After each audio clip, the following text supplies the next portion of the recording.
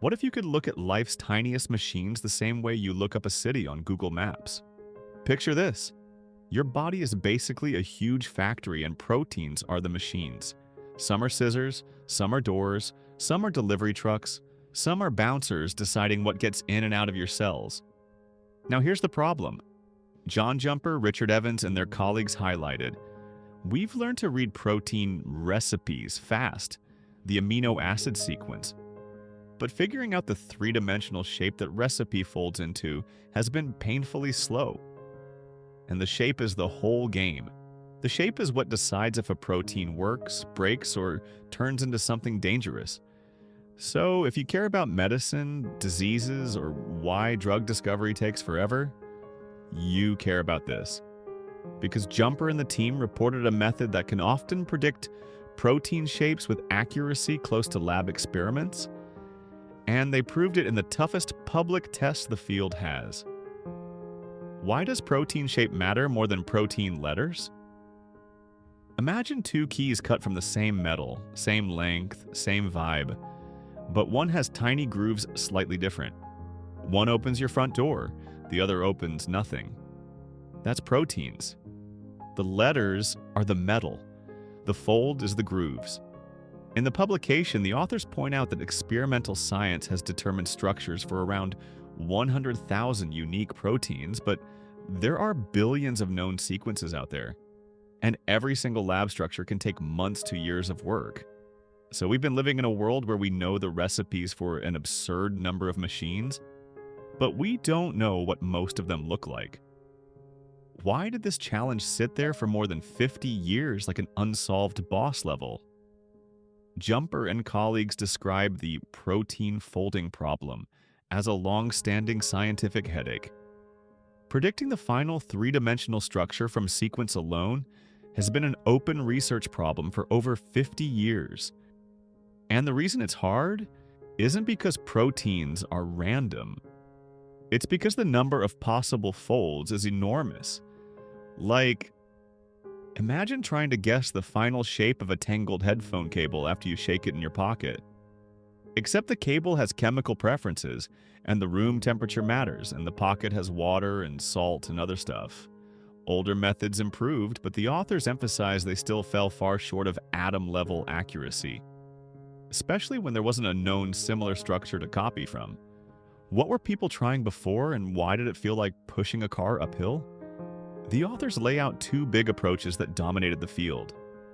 The physics simulation mindset. This is the romantic approach. Simulate atoms, forces, and let the protein fold in a computer. Sounds perfect. In reality, it's brutally expensive, and proteins depend on context. The cellular environment, binding partners, and conditions can change what's stable. The evolution knows best mindset. This one is clever. Look at how proteins evolved across species. If two positions in a protein tend to mutate together across evolution, they might be physically close in the folded structure. This got much better over time thanks to bigger databases and deep learning. But again, the authors stress that accuracy still wasn't consistently near experimental when a close template structure wasn't available. So the dream stayed the dream. Predict the structure reliably even for hard proteins. Why did the CASP competition become the moment everyone stopped arguing? There's a global challenge called CASP, and it's basically the final exam for protein structure prediction. The authors explain why it matters. CASP uses structures that have been solved experimentally but are not public yet, so it's a blind test. No cheating, no copying, no "we accidentally trained on the answer."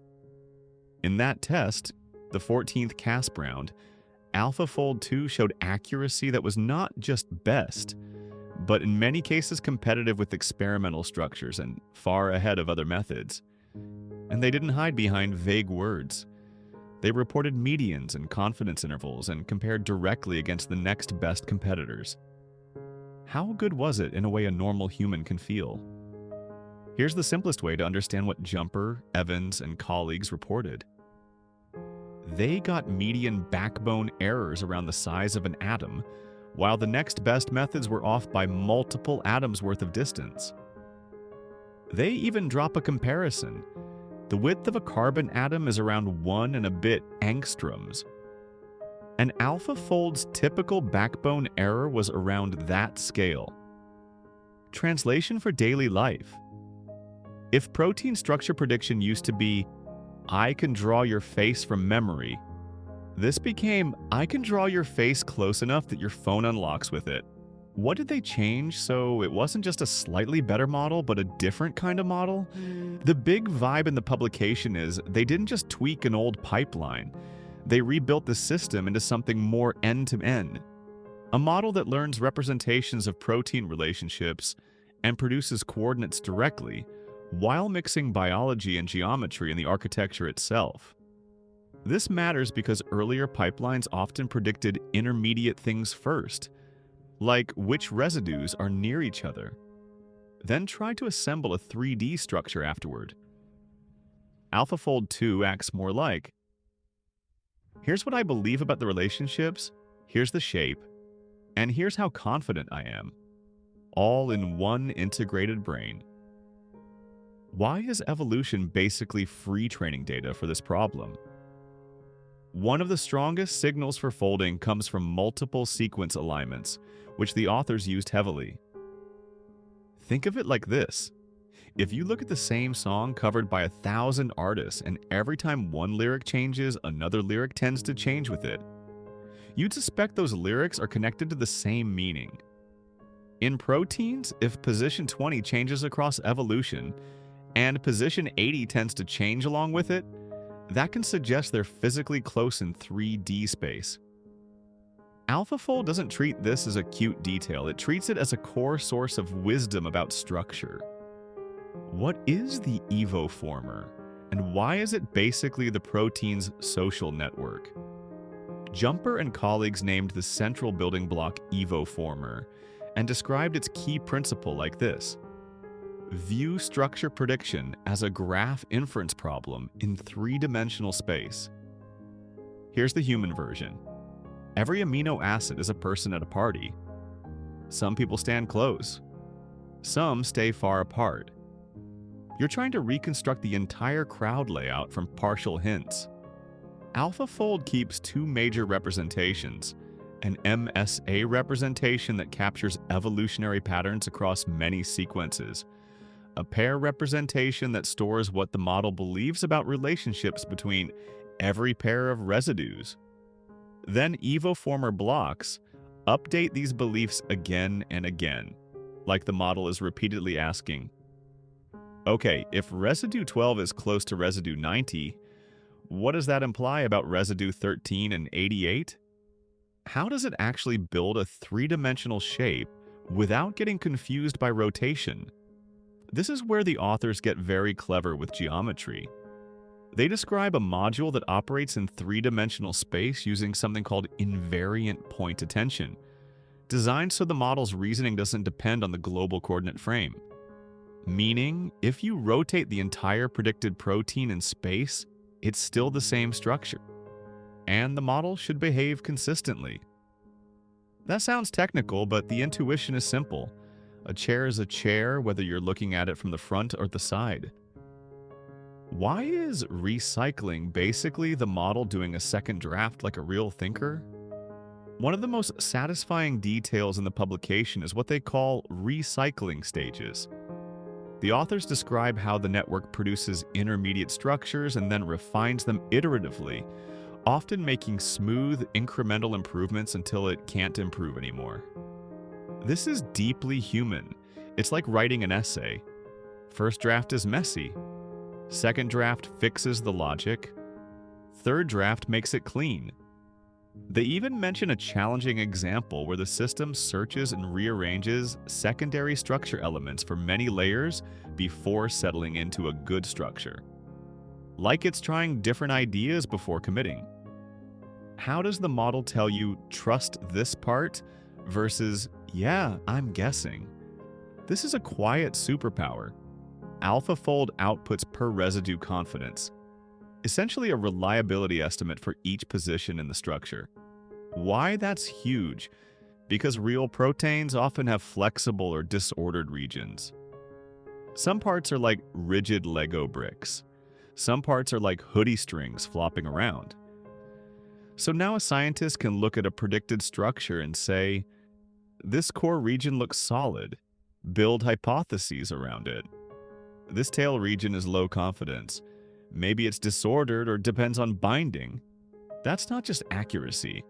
That's usable honesty. What did they admit is still hard? Because biology is messy. The authors are pretty clear that AlphaFold learns to produce the structure most likely to appear in a protein data bank-style experimental setting, and that some failures happen when the structure is shaped mostly by interactions with other chains, especially bridging domains inside larger complexes. In plain language, sometimes a protein is only fully itself when it's holding hands with other proteins. AlphaFold can handle many tough cases, including intertwined homomers, but there are cases where missing partners changes the whole shape story. So it's not predict every protein perfectly under every condition. It's predict many proteins shockingly well and often good enough to accelerate real science. What does this change in the real world when the lab clock is ticking? The publication mentions AlphaFold already being useful for experimental workflows like molecular replacement and interpreting cryo-electron microscopy maps. And then they drop a detail that hits hard. Because AlphaFold outputs coordinates directly, it can produce predictions in minutes to hours on a GPU depending on protein length. They even give a concrete example timing for a few hundred residues. That's a cultural shift. Before, structure could be a multi-month project before you even start asking biological questions. After, structure can be a starting point for smarter experiments. What's a believable everyday scenario where this actually helps someone? Okay, imagine a hospital lab sees a new bacterial strain that's resistant to common antibiotics. A small research team identifies a protein in that bacterium that seems essential for survival, a good drug target, but nobody has a solved structure for it, and it doesn't match any close-known template. Old world? Months trying to crystallize it, expensive imaging, lots of maybe experiments. Slow progress while patients keep getting sick. New world shaped by what Jumper, Senior, Hassabis, and the team demonstrated. Predict a structure fast, locate a likely pocket where a drug could bind, design a handful of focused experiments and compounds instead of guessing randomly. No, that doesn't magically create a medicine overnight, but it can turn a foggy search into something closer to engineering. Fewer wasted tries, faster learning, better decisions. If you had to summarize the core outcomes in the simplest possible way, what would you say? Jumper, Evans, and colleagues reported that a redesigned AlphaFold system can regularly predict protein structures with near experimental accuracy, even when no similar structure is known. In the KSP blind challenge, AlphaFold 2 achieved accuracy levels that were vastly better than other methods, often around atom-scale backbone error for typical targets. The method blends evolutionary information from multiple sequence alignments with geometry-aware deep learning components like evoformer and three-dimensional attention mechanisms. It provides per-residue confidence estimates, making the predictions practical to use rather than just impressive to look at. And because it produces structures quickly on modern hardware, it opens the door to predicting structures at massive scale in plastic quoikedam, including entire proteomes, which the authors point to in companion work. So what should you walk away with in one clean closing thought? The main outcome Jumper and colleagues put on the table is simple, and it's big. Protein structure stopped being a rare trophy you win after months of experiments and started becoming something you can often get fast enough to guide the next step. And honestly, that's the kind of shift that doesn't just change one paper. It changes how a whole field moves.